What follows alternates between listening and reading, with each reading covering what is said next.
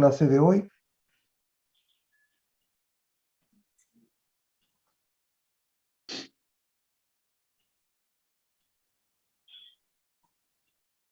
Doctor, buenos días. Les saluda el doctor Aguilera. Puede comenzar la clase. Hay 92 jóvenes en la plataforma.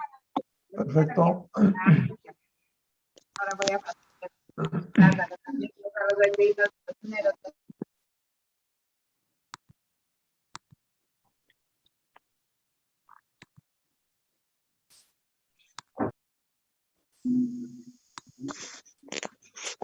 Buenos días, señores alumnos. Hoy vamos a tratar la clase de morfología y fisiología placentaria. Este es uno de los primeros temas de la parte importante digamos, de obstetricia. En este desarrollo de la clase vamos a tratar sobre placentación, desarrollo placentario, orio, decidua, anatomía placentaria, circulación, transporte placentario y hormonas placentarias. Y aquí la placenta, que dentro de poco ustedes la verán en el internado. Aquí estamos observando a través de la cara fetal cómo describiremos en el transcurso de la clase. Tranqui. La placenta es quizás el órgano tan importante que la madre y el feto. Este es un órgano transitorio porque máximo dura 41 semanas, pero que comienza a formarse desde la implantación del óvulo fecundado. Esta es una estructura fetomaterna, no solamente, digamos, materna, ni solo fetal, sino es una estructura fetomaterna porque va a estar constituida por parte fetal, que va a estar traducido por la presencia del corión frondoso, y por la parte materna, la decidua basal. Esta placenta, esta estructura importante, este órgano vital para el embarazo, va a evolucionar con el feto a lo largo del embarazo. O sea, no solamente el feto y la placenta evolucionan en estos 9 meses, en estas 40, 41 semanas que dura el embarazo, sino que van a, no solamente en tamaño, sino en funcionalidad, va a ir, digamos, evolucionando en cada semana que va transcurriendo el embarazo. Este es el órgano quizás más especializado que está implicado en el embarazo. Porque en el embarazo hay una serie de órganos que, digamos, participan directamente, pero que digamos, la placenta es quizás el primero en su género, dado que por ser una estructura compleja y una funcionalidad específica, hace de que sea el órgano más especializado. Esta tiene la compleja estructura que junto al líquido amniótico van a participar de manera determinante en el crecimiento y desarrollo del feto en formación. La formación de la placenta va a tener diferentes momentos, ¿no?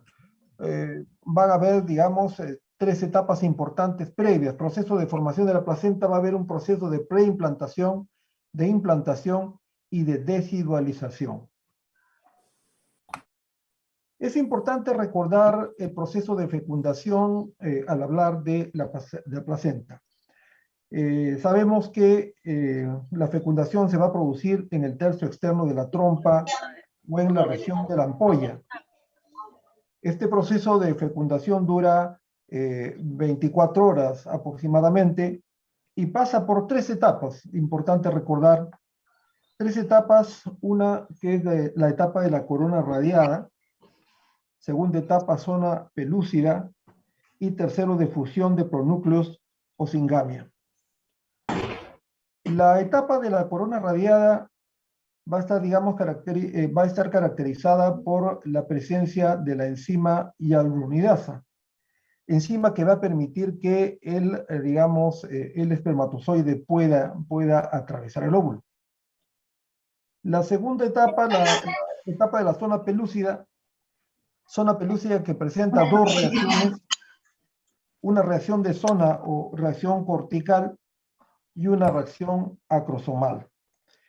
La reacción de zona o cortical, esa reacción, digamos, prácticamente va a permitir que el ovocito sea impermeable una vez que ingresa, digamos, el espermatozoide, porque de esta manera se va a, digamos, a permitir que se respete la carga diploide del huevo cigoto. Y también en esta zona pelúcida, la segunda reacción que se presenta es la reacción acrosomal. Esta reacción acrosomal está caracterizada por la liberación de enzimas como la acrosina, que va a permitir, digamos, que atraviese el espermatozoide la zona pelúcida, permitiendo de que libere, digamos, las enzimas características. Y la tercera etapa digamos, de la fecundación va a ser la fusión de pronúcleos, ¿no? Esto va a permitir que se restituya la carga diploide, ¿no? Porque como sabemos, cada uno, tanto el óvulo como el espermatozoide, va a tener una carga, digamos, diploide, va a ser haploide y va a permitir, digamos, que sea una carga diploide. Eso es importante porque así se logra a través de, digamos, la presencia consecutiva del incremento de estriol, que hace de que pueda incrementarse la hormona luteinizante, y por ello se logra, digamos, la fecundación del huevo cigote, pues de este huevo cigote. Este huevo cigote va a comenzar digamos, digamos, a comenzar a través de la mitosis a dividirse, como estamos viendo en este gráfico, a dividirse digamos, en 2 células, en 4, en 8, en 16 células y en 32 células, ¿no? Haciendo que estas 32 células constituyan ya la denominación de mórula. Mórula que va a ir, proceso de división celular que se va a ir desarrollando en el transcurso de, digamos, el desplazamiento de la trompa. Sabemos que la fecundación se va a realizar digamos, en la ampolla o en el tercio externo de la trompa uterina. Vale comentar también lo siguiente, de que una vez producida, digamos, la salida del óvulo, va a quedar el cuerpo amarillo, el cuerpo lúteo, cuerpo amarillo, que va a, digamos, a producir la progesterona que nos va a ayudar también en, digamos, a reforzar y a generar la implantación, el desarrollo de este óvulo fecundado.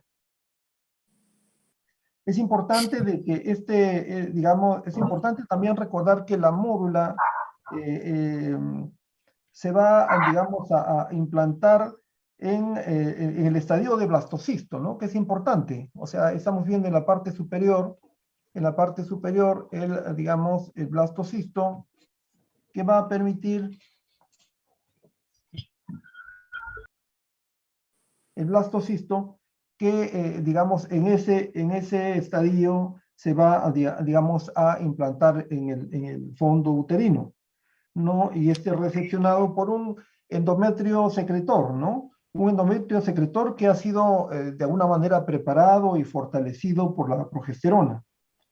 Proceso de implantación que va, digamos, a ser significativo, ¿no? Y que dadas las características, la implantación se va a realizar digamos, en el fondo uterino. Esto es, de alguna manera, el recuerdo digamos, el proceso de fecundación, que es importante tomar en cuenta porque, como hemos mencionado, se va a producir la implantación en el estadio de blastocisto. Aquí también está ya descrito, la fecundación se compone de 3 etapas, ¿no? Una etapa de segmentación, que hemos visto, una etapa de blastulación. Aquí se diferencia la mórula hasta formar el blastocisto, como hemos manifestado, con su cavidad de blastocele, rodeado de un estrato celular trofoblasto, que es el trofoblasto. Ahí es importante mencionar lo siguiente, la mórula va a tener digamos, dos grupos de células, ¿no? Una masa celular interna y una masa celular externa, que vamos a ver también en gráficos en adelante. En la masa celular interna va, digamos, a dar el embrioblasto, que posteriormente dará lugar a digamos, al embrión. Y la masa celular externa va a, digamos, a producir el trofoblasto. Trofoblasto que posteriormente será, digamos, la base principal de la generación de la placenta. Acá también se describe la gastrulación, donde hay la unión de los pronúcleos del óvulo y el espermatozoide, ¿no? Comienza la formación de 3 membranas embrionarias. Eso es importante también, donde hay este proceso de la unión de pronúcleos denominado anfimixis. En la implantación, el huevo se introduce en la mucosa uterina. Habíamos dicho, es una mucosa rica en glándulas, digamos, con bastante glucógeno, ¿no? Una capa muy, digamos, rica en esta sustancia, que va a lograr la introducción de este huevo fecundado en la mucosa uterina. El estroma endometrial empieza a manifestar los efectos del proceso de desidualización inducido por la progesterona, abarcando cambios tanto morfológicos, bioquímicos y génicos en las células estromales en respuesta digamos, a la acción hormonal. Igual, en este momento de la implantación, hay un aumento de la célula del sistema inmune con un predominio de leucocitos residuales en un 70%. Esos leucocitos residuales son los leucocitos natural killer uterinos, ¿no? que en la desidualización van a regular la invasión trofoblástica y la angiogénesis, ¿no? Es importante tomar en cuenta, porque la angiogénesis y la invasión trofoblástica va a ser la característica principal de estas primeras semanas, ¿no? Hay que, digamos, también tener en cuenta y saber de que estos leucocitos natural killer van a desaparecer gradualmente después de las 20 semanas, ¿no?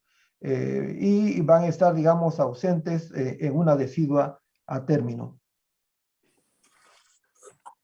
De igual manera, van a estar presentes los macrófagos en un 20%. Esta presencia también es regulada por estrógenos y progesterona. Esto se ha demostrado a través de la presencia de los receptores de estas hormonas a este nivel.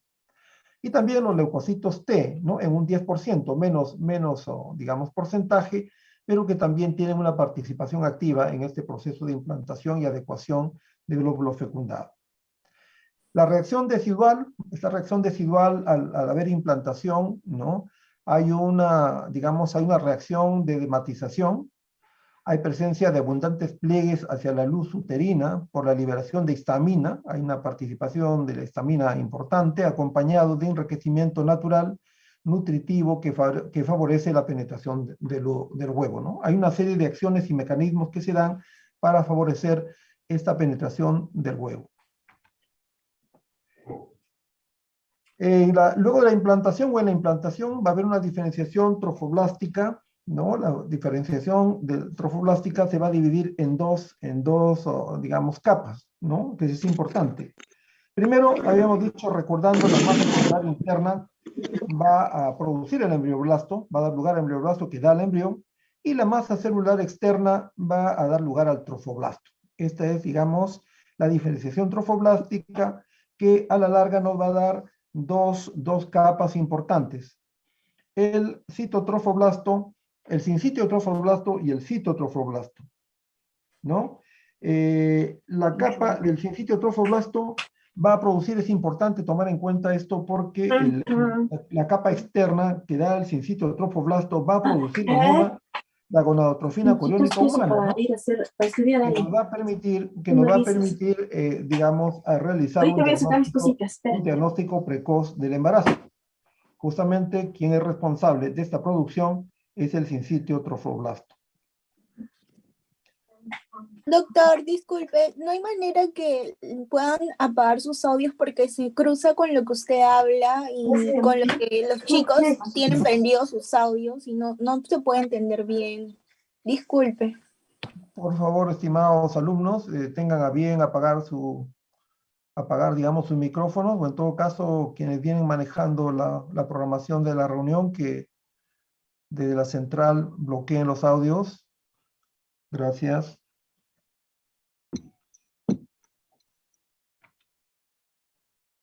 En la diferenciación trofoblástica, el trofoblasto se va a diferenciar y simultáneamente las enzimas trofoblásticas ayudan a que se empiecen a generar ramificaciones vasculares para que llegue sangre materna y las células fetales mesenquimales invadan las vellosidades generando redes vasculares que, digamos, conectan a las venas y arterias umbilicales. Esto un poco resume lo que vamos a ver a continuación, las vellosidades, que es importante. O sea, aquí se explica de que al diferenciarse el trofoblasto y simultáneamente las enzimas trofoblásticas van a ayudar a que se generen ramificaciones vasculares de acuerdo a las diferentes, digamos, vellosidades que vamos a ver, digamos, dentro de unos momentos. A pesar de estar estrechamente comunicados, la circulación materna y fetal, estas están separadas en áreas especializadas de transferencia. Eso es importante. O sea, si bien es cierto, es una circulación hemocorial, la placenta es una placenta hemocorial que, digamos, indica que hay un intercambio cercano de la circulación materna y fetal, pero en sí hay una separación, hay una barrera, digamos, selectiva. En ningún momento se mezclan, en otras palabras, la sangre materna y fetal, ¿no? Están separadas en áreas especializadas de transferencia. Las células del citotrofoblasto además invaden las arterias espirales, haciendo que la sangre que entra al espacio intervelloso tenga una presión arterial menor que la normal. Aquí hay un proceso de adaptación y adecuación, digamos, de las arterias espirales, ¿no? Digamos, la rama terminal de la arteria uterina son las arterias espirales ubicadas en el útero, ¿no? Y en el endometrio. Y estas van a tener una modificación, como veremos también, una adecuación y modificación para que pueda favorecer el desarrollo, digamos, placentario y a la vez el desarrollo de la circulación materna-fetal. El sincito trofoblasto participa activamente en el intercambio de iones y nutrientes. Es importante, de igual manera, en síntesis de hormonas esteroideas y otros péptidos necesarios para el crecimiento fetal, ¿no? Progesterona y la gonadotrofina coriónica, esenciales para mantener la gestación. O sea, hay que, digamos, determinar que, o en todo caso concluir de que la progesterona y la gonadotrofina coriónica van a ser esenciales para mantener la gestación. De estar en un déficit por algún problema, ¿no?, que pueda presentarse en el embarazo, esto puede devenir en una amenaza de aborto, ¿no? O al transcurso del embarazo una amenaza de parto prematuro o, digamos, el parto. Aquí está la segmentación que habíamos mencionado, un tanto por ubicarnos en contexto. Ahí habíamos manifestado también que, digamos, el huevo cigoto, al poder, digamos, fecundarse, ¿no?, al tener la célula diploide, va a permitir que se inicie la división celular, ¿no? La segmentación primero en 2, en 4, en 8, en 16, y ya cuando comienza a, digamos, a tener 16, digamos, divisiones, el número de división, va a permitir, ya adopta el nombre de módula, ¿no? Módula que va, digamos, a manifestar tanto la masa celular externa como masa celular interna. Aquí está la división, aquí tenemos la mórula, y aquí tenemos la masa celular interna, ¿no? Esta es la interna, y la masa celular externa, alrededor. Ya, digamos, con el transcurso y al cuarto día, más o menos, ¿no?, la mórula va a ingresar al útero, como hemos manifestado, y este proceso va a estar, digamos, a ser dinámico y va a ser un proceso en simultáneo, ¿no? proceso que más o menos al cuarto día, al estar ingresando al útero, se va a formar, digamos, un espacio, se va a formar un espacio de líquido, que es este espacio aquí, que, digamos, va a denominarse blastocele, ¿no? El blastocele, que posteriormente va a permitir el desarrollo y la diferenciación de las capas que vamos a mencionar a continuación. Este igual es un poco ya digamos, el proceso más avanzado, la fecundación. Hay una serie de división, ¿no? La masa celular externa, masa celular interna, ¿no? El disco bilaminar, y posteriormente, digamos, se forma el epiblasto, el hipoblasto y el trofoblasto. Esto lo vamos a ver a continuación, y aquí se ve la invasión, que se ve el epitelio uterino, el endometrio, y la masa celular interna, que está comenzando, el sincitio trofoblasto, está comenzando a invaginar dentro del endometrio.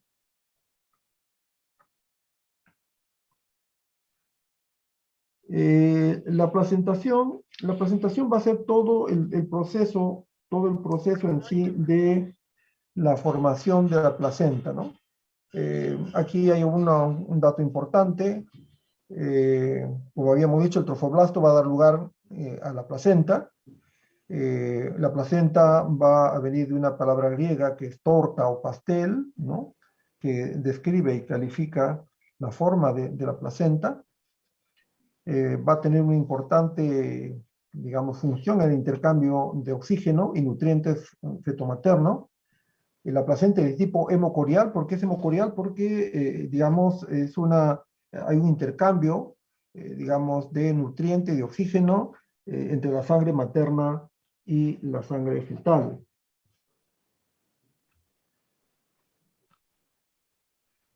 Todo el proceso se lleva a través de una hipoxia relativa que posteriormente va a ir, digamos, compensando con la función, digamos, integral de intercambio gaseoso que realiza la placenta. Aquí está el desarrollo del componente de la placenta. Estamos viendo las vellosidades coriales que explicaremos a continuación, la ubicación en fondo posterior, ¿no? Va a tener una fisiología, digamos, como hemos dicho, un órgano de intercambio, un órgano de generación también de hormonas.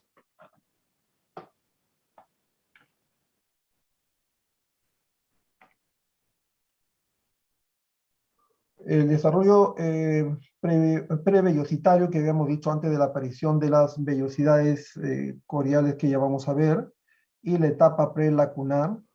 Esta etapa prelacunar que de alguna manera va a permitir la formación de espacios, de lagunas, que posteriormente van a tener una función importante dentro de la formación de las vellosidades coriales, ¿no?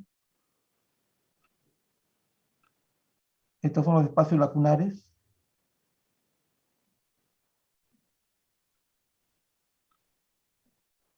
Aquí ya se van viendo las vellosidades coriónicas primarias. La etapa lacunar del 9º al 13º día. Es un proceso simultáneo en donde va a, digamos, a aparecer digamos, las lagunas placentarias, y se va a ir viendo, digamos, ya la vellosidad coriónica secundaria.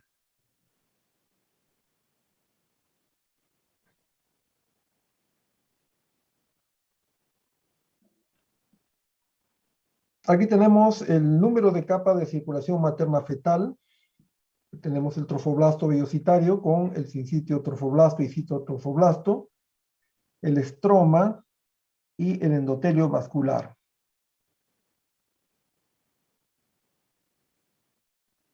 El embrioblasto por acá, el embrioblasto, la célula de la capa interna, el citotrofoblasto, el corion y el sincitio trofoblasto. Sincitio trofoblasto que va a ser quien va a, digamos, invadir, va a invadir, digamos, la capa compacta del endometrio, ¿no?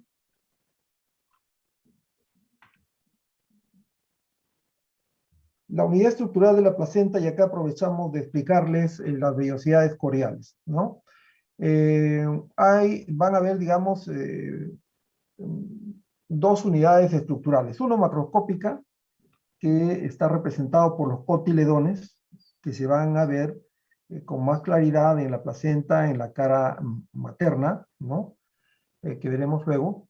Y a nivel microscópico, las vellosidades coriales. Las vellosidades coriales van a ser elementos que nos van a permitir, digamos, el intercambio de los diferentes elementos, tanto, digamos, de oxígeno, CO2, elementos, digamos, nutritivos, ¿no? Para el feto. Las vellosidades coriales primarias, o sea, que todavía son parte del proceso de formación, está constituido solo por trofoblasto nada más, ¿no? Las vellosidades coriales secundarias por trofoblasto más tejido conectivo.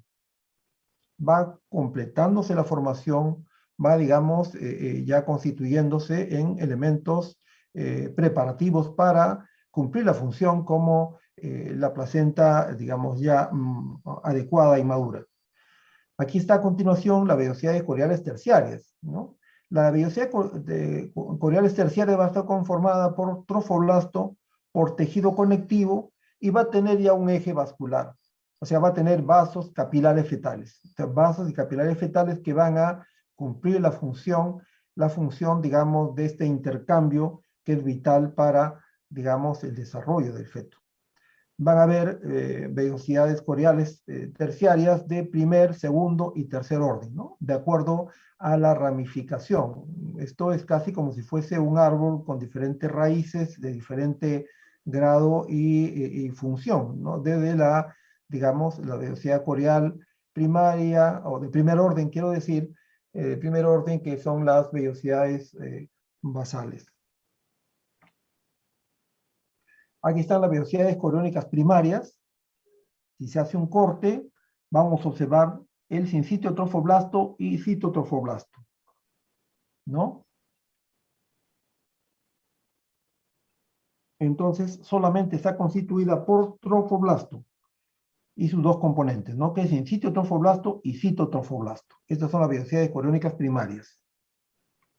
Todavía estas no realizan la función de intercambio.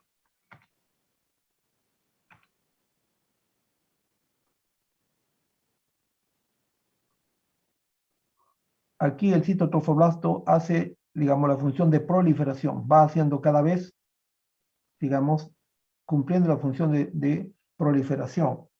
Se puede observar cercanamente la red lacunar, lacunas que se encuentran, digamos, muy cercana y esperando su oportunidad de maduración para cumplir la función, digamos, adecuada con la vellosidad terciaria. Estas son las vellosidades coriónicas secundarias, ¿no? Ya tenemos un elemento más, tenemos el mesénquima. Aquí hay sincitio trofoblasto, citotrofoblasto, que son parte del trofoblasto, más el mesénquima, ¿no? Entonces, conformado por mesénquima, ¿no? Tejido conectivo, que es este mesénquima, y el trofoblasto, que sería representado por sincitio trofoblasto y citotrofoblasto.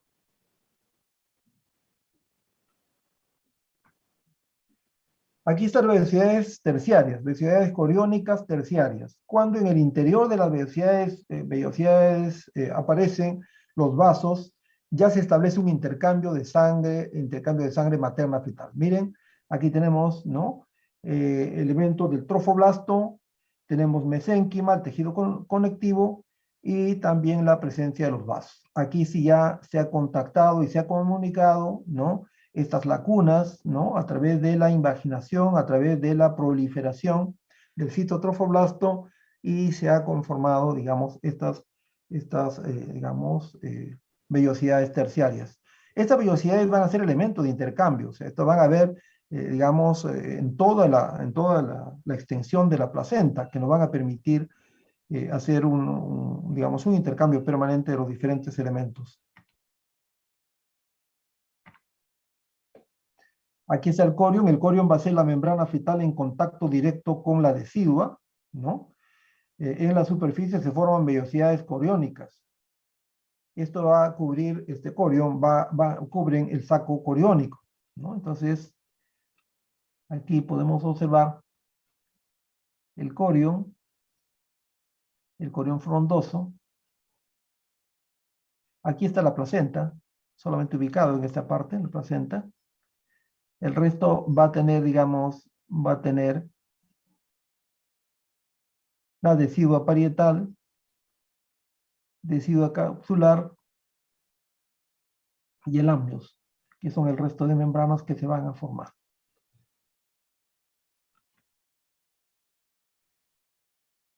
Hay un corión liso, el corión liso va a ser avascular, ¿no? Que no se va a diferenciar con bastante facilidad, pero digamos en estudios microscópicos se puede determinar la avascularidad del corión. Este es el feto con el corión liso. Aquí está la diferenciación, el corión liso y el corión velloso, ¿no? En una imagen microscópica. De igual manera, aquí está en la pared del saco coriónico, la representación de la vesícula umbilical y la cavidad amniótica, ¿no? ¿Qué es esto, la cavidad amniótica?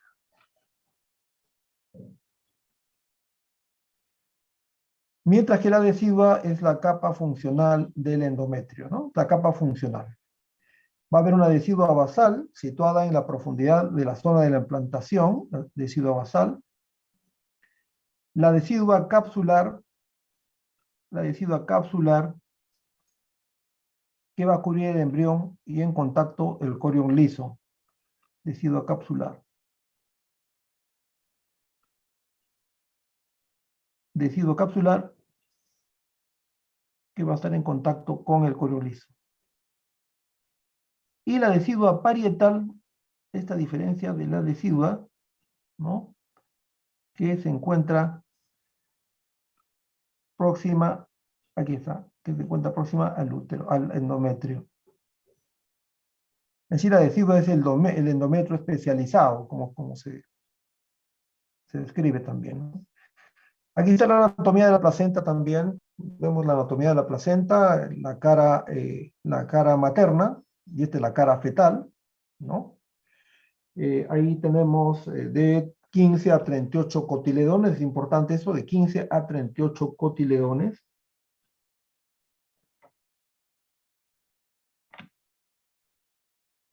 Cara materna con la decidua basal, la cara fetal con el corión frondoso.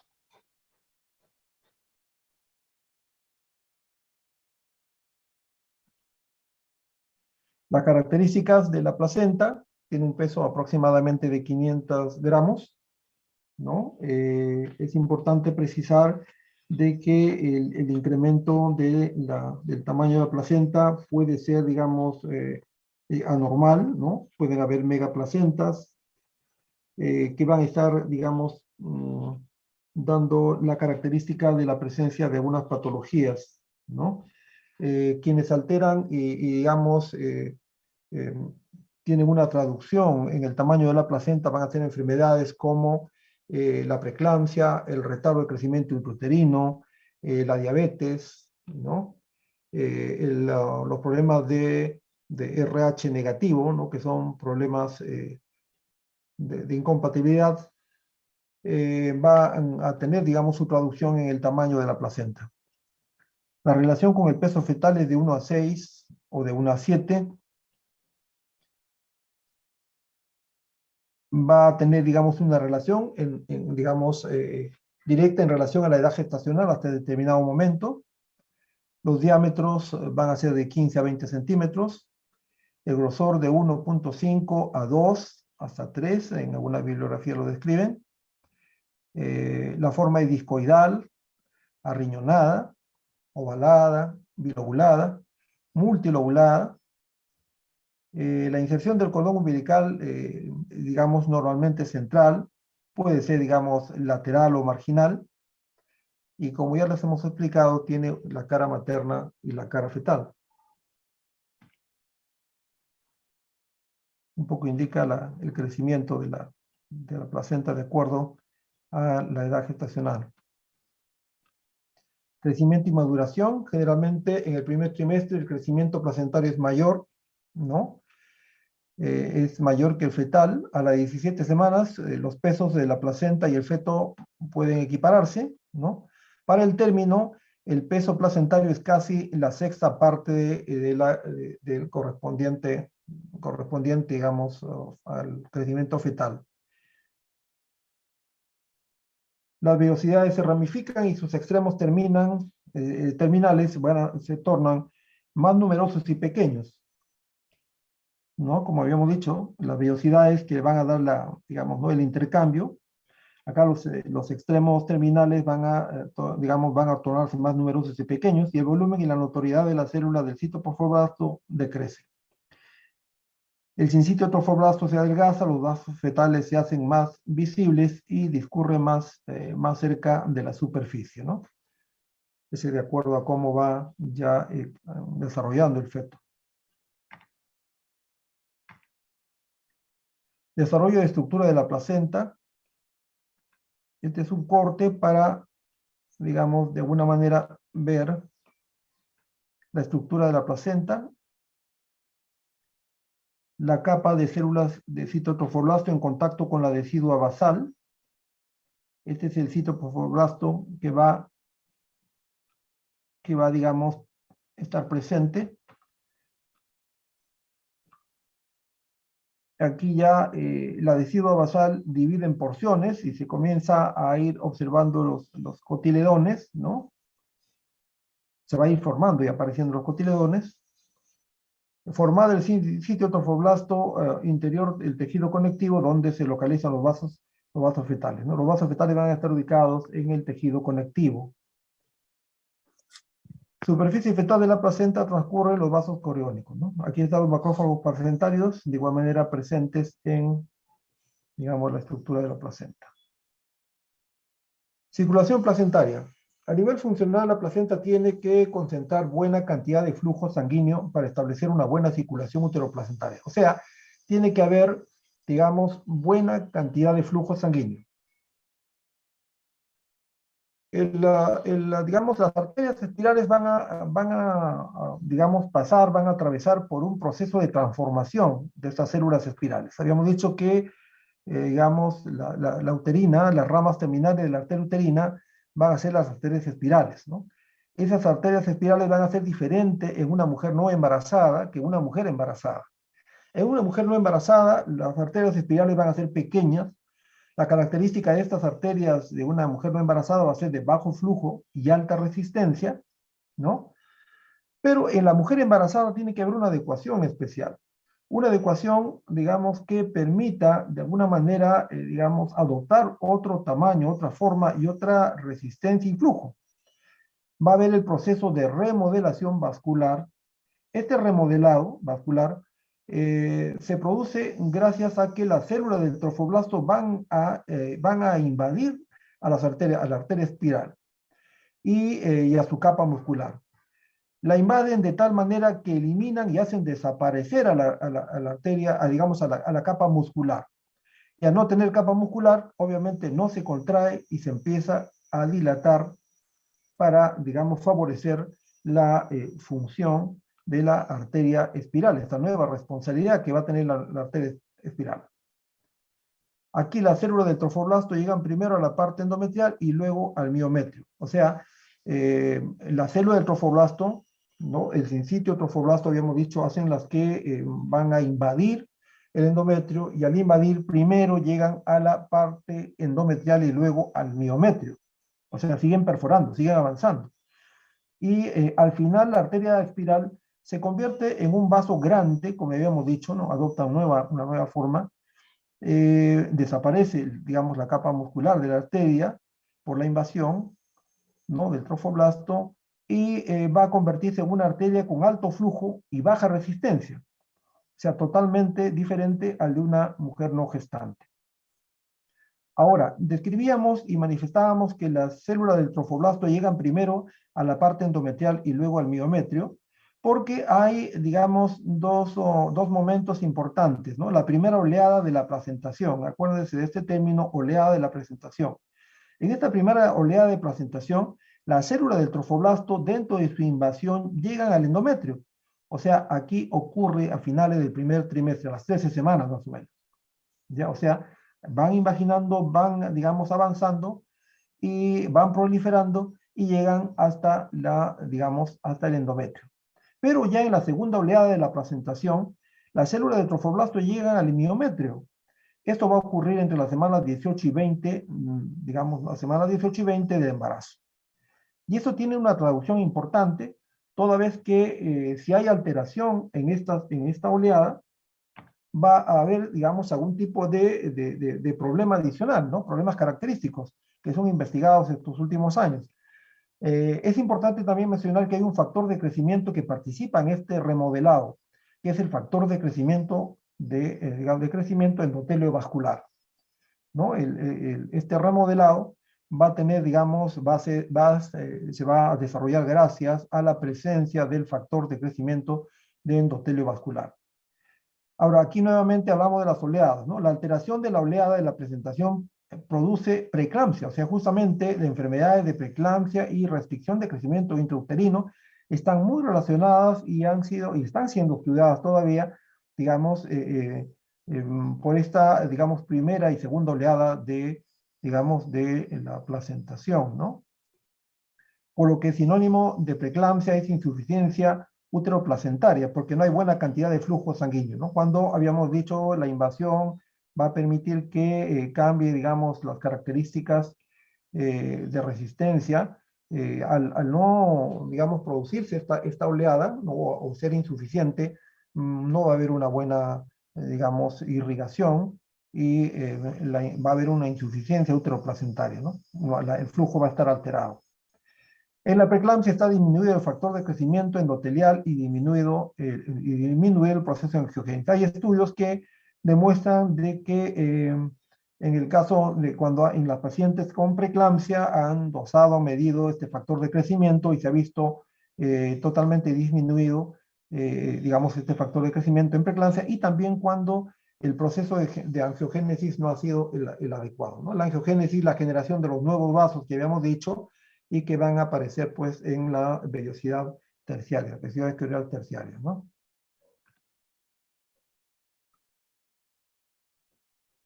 También es importante comentar la circulación placentaria, la circulación fetal lleva del feto a los capilares de las vellosidades coriónicas, es importante, lleva la sangre del feto a las capilares de las vellosidades coriónicas. La circulación materna va a renovar la sangre de los espacios intervellosos, ¿no? A través de estas vellosidades coriónicas. Está separada por una delgada membrana o barrera placentaria, una delgada membrana, nunca están, en ningún momento están en contacto directo, ¿no? La sangre materna con la sangre fetal.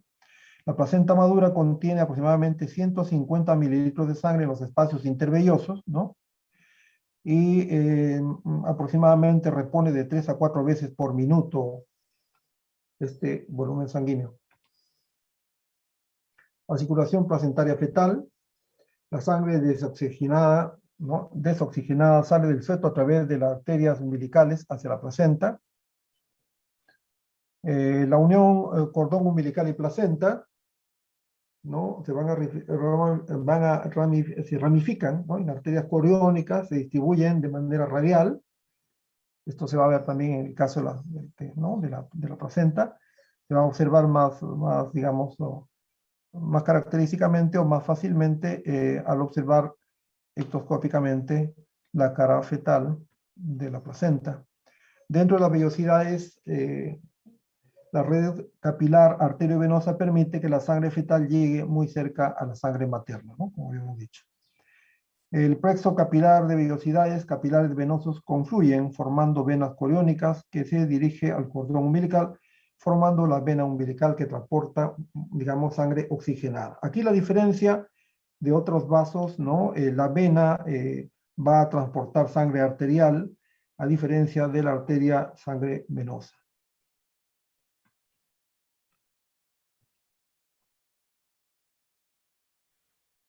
La circulación placentaria materna, la sangre materna entra al espacio intervelloso a través de la arteria, de las arterias espiraladas, las arterias espirales que ya hemos mencionado. Atraviesa la placa citotrofoblástica y entra al espacio intervelloso, ¿no? De manera pulsátil, ¿no? El mecanismo que hemos mencionado y descrito es de manera pulsátil. Hay inyección periódica según la presión sistólica del corazón materno. Facilita su paso al espacio intervelloso, ¿no? La inyección periódica, o sea, en realidad la presión sistólica es importante para que haya una buena digamos, irrigación. A medida de menor presión de inyección en la sangre, los espacios permite un intercambio de gases y un, digamos, metabólico, una función metabólica con la sangre fetal a través de la membrana placentaria. La sangre regresa a venas endometriales a la circulación materna. Eso es importante, ¿no? La sangre regresa a venas endometriales a la circulación materna. Si por alguna causa el flujo materno no baña adecuadamente las velocidades coriónicas, no puede realizarse correctamente el intercambio gaseoso y metabólico hacia la circulación fetal. Y aquí va a producir una hipoxia fetal, ¿no? Al producir la hipoxia fetal, tenemos, por ejemplo, el caso del retardo del crecimiento, o la restricción, ¿no? Del crecimiento. Ahora se denomina más que retardo del crecimiento, restricción del crecimiento intrauterino digamos, el feto. Aquí nuevamente el corte, donde se van a ver las arterias umbilicales. Son dos arterias y una vena, ¿no? Una vena y dos arterias. Las venas coriónicas, la arteria coriónica y los vasos de las vellosidades. Estas son las vellosidades coriales. El espacio intervelloso, donde se realiza el proceso de intercambio, y las arterias endometriales, ¿no? Que también participan. Nuevamente el espacio intervelloso y las venas endometriales.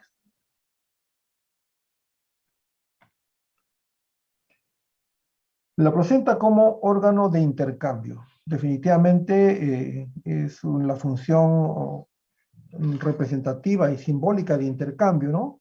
Intercambio de la madre al feto y del feto a la madre.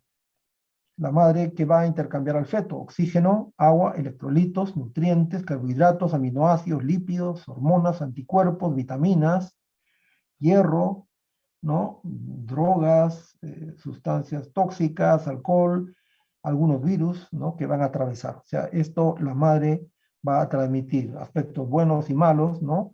Digamos, elementos buenos y malos que puede atravesar de la madre al feto. Y el feto, del feto a la madre, el CO2, obviamente una vez realizado el proceso, digamos, ¿no? De oxigenación, va a eliminar CO2 y el feto va a dar CO2 o va, digamos, eliminar CO2 a la madre, agua, electrolito de igual manera, ácido úrico, urea, creatinina, bilirrubina, hormonas, antígenos celulares,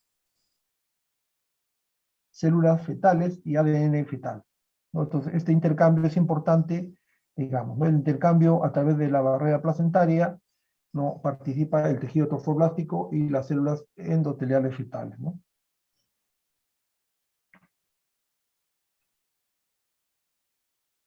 Aquí también comentar aspectos de las características del intercambio.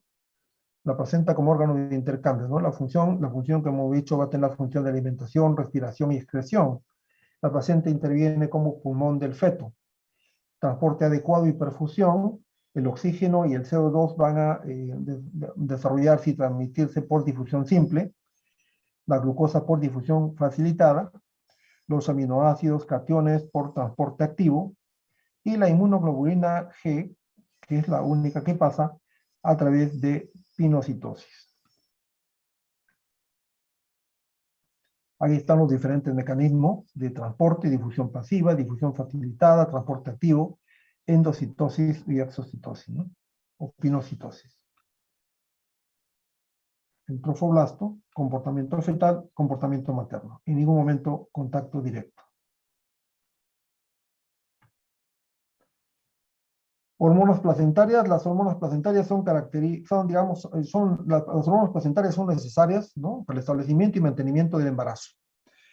Para la adaptación del organismo materno a la gestación, de igual manera, ¿no?, para el crecimiento y salud fetal, desarrollo de los mecanismos involucrados en el trabajo de parto. O sea, el hecho de que la placenta tenga algún tipo de, digamos, de problema, va a también alterarse la producción, la generación de estas hormonas, ¿no? El principal tejido endocrino, el sincitio trofoblasto, como ya hemos dicho, que es la productora de HCG. Aquí está un listado largo de, digamos, de las hormonas, pero para poder comentar que las hormonas en la función endocrina van a tener principalmente la función del mantenimiento del embarazo, ¿no?, del inicio al final. Van a haber dos grupos de hormonas que se va a producir, que se va a generar en la placenta. Van a ser grupos de hormonas proteicas y grupos de hormonas esteroideas. Las hormonas proteicas van a estar, digamos, en mayor porcentaje representadas por la gonadotrofina coriónica humana, que, como hemos dicho una vez más, está siendo producida por el sincitio trofoblasto. De igual manera, la lactógeno placentaria, que antes se denominaba así, lactógeno placentaria, ahora se denomina somatotrofina, y la prolactina. Son las tres hormonas proteicas importantes que van a, digamos, producir en la placenta, ¿no? Pero también va a producir adrenocorticotrofina, la tirotrofina, relaxina, la hormona melanorofa, la citocina, la beta-endorfina, la beta-lapoproteína, la urocortina, la endotelina y la proteína 1 del embarazo, que son parte de las hormonas que vienen siendo estudiadas estos últimos años. Mientras que las hormonas esteroideas está la progesterona y el estrógeno. O sea, la placenta cumple una función endocrina de producción de hormonas de manera autónoma, ¿no? Se va a generar a través de los diferentes mecanismos que, digamos, se desarrollan dentro de la placenta. Por lo tanto, dice, es comprensible que otra característica adicional notoria del embarazo humano sea la adaptación fisiológica exitosa de las mujeres gestantes a un medio endocrino. O sea, todo este desarrollo de hormonas que a través de los años se ha ido estudiando y descubriendo poco a poco, ha hecho de que se logre, pues, un equilibrio importante del desarrollo hormonal para mantener el embarazo hasta las 40 semanas. Aquí está cada una de ellas, la hormona coriónica humana, ¿no?, la HCG, llamada hormona del embarazo, es una glucoproteína con actividad biológica similar a la de la hormona luteinizante. Ambas actúan a través del receptor LHCG en la membrana plasmática. Si bien el HCG se produce casi de forma exclusiva en la placenta, también se sintetiza en el riñón fetal. Eso es importante también, ¿no?, en poca cantidad. Las concentraciones plasmáticas aumentan con rapidez, con duplicación cada 2 días en el primer trimestre. Esto es importante, la gonadotrofina coriónica, que va a ser la hormona para dosar un diagnóstico precoz del embarazo. Las concentraciones plasmáticas maternas alcanzan el máximo casi 100.000 unidades, ¿no?, en los 60 a 80 días después de la menstruación. Alcanza una DIR alrededor de la 16ª semana. El lactógeno placentario, o denominado hoy en día somatotrofina, ¿no?, debido a su potente bioactividad lactogénica y de hormona de crecimiento, así como su similitud inmunoquímica con la hormona de crecimiento humana, ¿no? Tiene bastante similitud con la hormona de crecimiento. Esta hormona, digamos, somatotrofina, induce la lipólisis materna con aumento de ácidos grasos libres circulantes, ¿no? esto proporciona una fuente de energía para el metabolismo materno y la nutrición fetal, ¿no? Entonces, esto hace de que la mamá puede tener algunos periodos de ayuno, y a través de esta hormona puede de alguna manera tener una fuente de energía para poder, digamos, subsistir. Potente, la hormona es una potente también hormona angiogénica, es decir, importante de que hayan factores que sumen para la angiogénesis, dado que debe mantenerse la vascularidad adecuada para, digamos, la función de intercambio entre la madre y el feto. Producción placentaria de progesterona, ¿no? Ya habíamos dicho de la hormona esteroidea. Esta hormona esteroidea, este es un esteroide que se sintetiza en la placenta durante todo el embarazo a partir del colesterol de la madre, ¿no? Entre la semana 9 y 12, la placenta reemplaza al cuerpo lúteo. Esto es importante porque, digamos, habíamos dicho de que el cuerpo lúteo, ¿no? Era quien va a ayudar, digamos, en las primeras semanas, ¿no? Digamos, a mantener el embarazo, pero posteriormente ya la placenta va a producir su propia progesterona, como su mismo nombre indica, es progestación, nos va a ayudar a mantener el desarrollo del endometrio e inhibe las contracciones del músculo liso del útero para impedir la expulsión prematura del feto, ¿no? Esto va a inhibir de alguna manera cualquier reacción de contracción en el músculo liso. Producción de estrógenos, habíamos dicho también, dentro de las hormonas esteroideas, los estrógenos están presentes. Digamos, los estrógenos, esteroide que se sintetiza en la placenta y son el estradiol, estrona y estriol, ¿no? Se sintetiza a partir de hidroepiandrosterona, que se produce en la corteza suprarrenal del feto, ¿no? Los estrógenos aumentan el flujo sanguíneo en el útero y estimulan el crecimiento uterino y la glándula mamaria. Factor que suma también para toda la evolución y preparación de, digamos, la glándula mamaria para posterior función de lactancia inclusive. Bien, esto es digamos, la presentación del tema de hoy, la placenta. Vamos a pasarle a la delegada esta presentación porque hemos querido actualizar a diferencia del año pasado. El año pasado no hemos tratado, digamos, todo el detalle con énfasis en algunos aspectos. Vamos a pasarle a la delegada principal del curso para que les cuelguen y les entreguen a ustedes y puedan tener la información.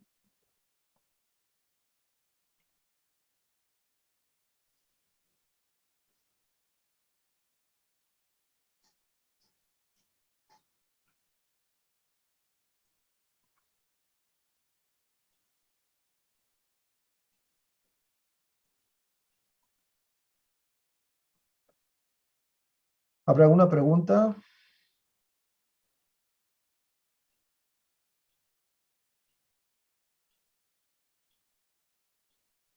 Listo, doctor. Me parece que en el chat no hay preguntas. No sé si alguien puede prender su micro para preguntar algo. Si no, damos por concluida la clase.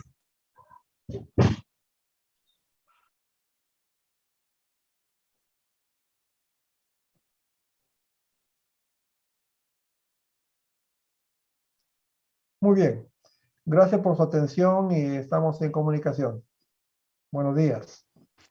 Buen día, doctor. Gracias, Gracias, doctor. doctor. Gracias, doctor. Gracias, doctor. Gracias, doctor. Gracias, doctor. Buenos días.